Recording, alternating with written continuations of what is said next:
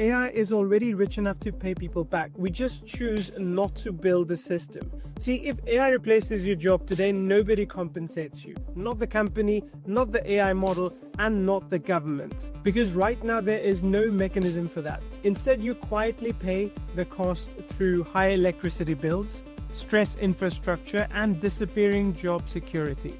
And here's the part most people miss. AI isn't just software. It's an industrial system running on public power grids and public water. In this video, I'm going to show you where the money already is, why regular people are absorbing the cost right now, and one simple idea, a tariff on AI that could return real money back to real people. If at any point this clicks for you, share this video because ideas like this only move when normal people talk about them. See, most of us experience AI as an app. Maybe you use ChatGPT. Maybe you use a chatbot, an automation, something that feels light and invisible. But AI doesn't live in the cloud. The cloud is just data centers. And data centers are physical. They are concrete, steel, cooling systems, transformers, transmission lines, and water hookups. Right now, data centers globally consume over 400 terawatt hours of electricity a year. By 2030, that number is expected to be close to 1,000 terawatt hours. That's not incremental growth. That's industrial expansion, and AI is the accelerant. When data centers scale up, a few things happen. Power grids need upgrades. Capacity markets get stressed. Transmission lines need expansion. Water systems get pushed harder to their limits. And here's the uncomfortable question. Who pays for all of this? Not AI, not companies that are building these AI infrastructures, but people, households, small businesses, ratepayers. In one major US power grid region alone, the cost of keeping the grid reliable jumped to about $14.7 billion in a single year. And the grid's own market monitor has said that data center growth is a primary driver of those rising costs. That money, my friend, doesn't come from nowhere. It shows up in electricity bills, infrastructure spending, and long-term reliability risks. And at the same time, AI is quietly replacing workers. See, for decades, society worked on a simple loop.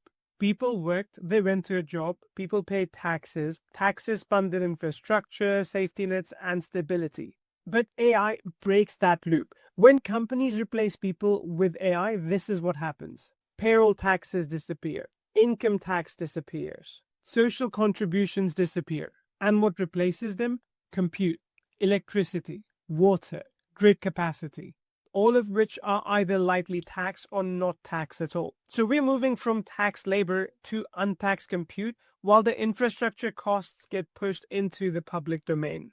That is a real underbelly of AI. Not that it's powerful, but that the accounting system never got updated.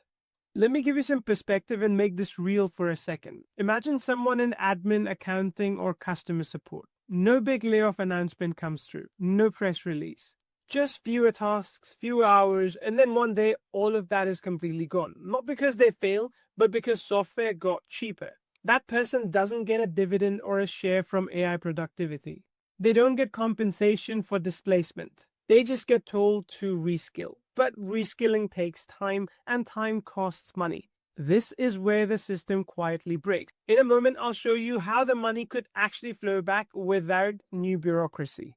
See, by 2030, hundreds of millions of jobs globally are expected to be disrupted or partially replaced by AI. Some people will adapt quickly, most won't. Not because they're lazy or resistant, but because transitions take time. And right now, the system offers no buffer, no automatic support, no transition funding, no return on productivity gains back to the people that are being displaced. So the real question isn't, is AI good or bad? The real question is, if AI makes society more productive, why does that productivity not support the people that it displaces? So here's my grand idea. I want you to treat AI like what it actually is. Not a magic piece of software, but an industrial user of public infrastructure. That means a tariff on AI compute. Not on people, not on creativity, not on innovation, but a tariff on electricity usage, grid capacity stress, and resource impact. All of this should be collected upstream where AI usage is already being measured. Every AI model provider already knows how much compute is being used, where it ran, and what infrastructure supported it. My proposal is called CRIT, C-R-I-T, the Compute and Resource Impact Tariff, and it works in two parts. Number one, an energy-based tariff on AI compute, and number two, a capacity-based tariff in stressed grid regions. The proposal is simple, measurable, and enforceable.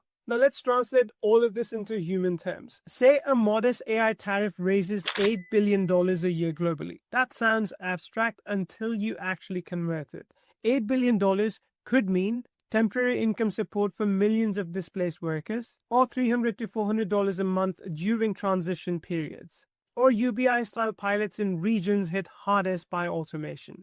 That's not luxury money, that's rent covered while you retrain, groceries paid while you transition, and breathing room instead of panic. And all of this isn't charity, it's productivity being returned to the people whose work made it possible in the first place. If AI is powerful enough to replace jobs, it's powerful enough to fund the transition.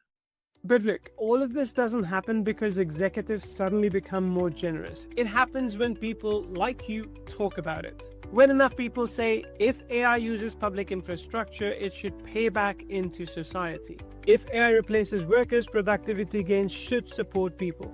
That's why this video is not for policymakers, it's for you.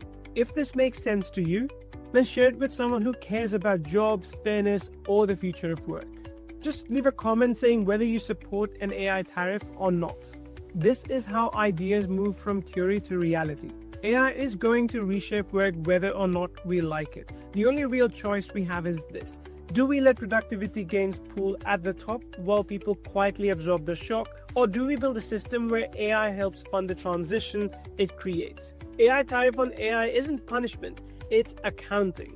If AI uses public infrastructure at industrial scale, it should pay back at industrial scale. If you agree with this, don't just nod. Share this with someone who needs to see it. And if you disagree, just comment why and let me know. Because the worst outcome is not disagreement. It's pretending this problem doesn't exist or doesn't affect you until it actually starts to break us.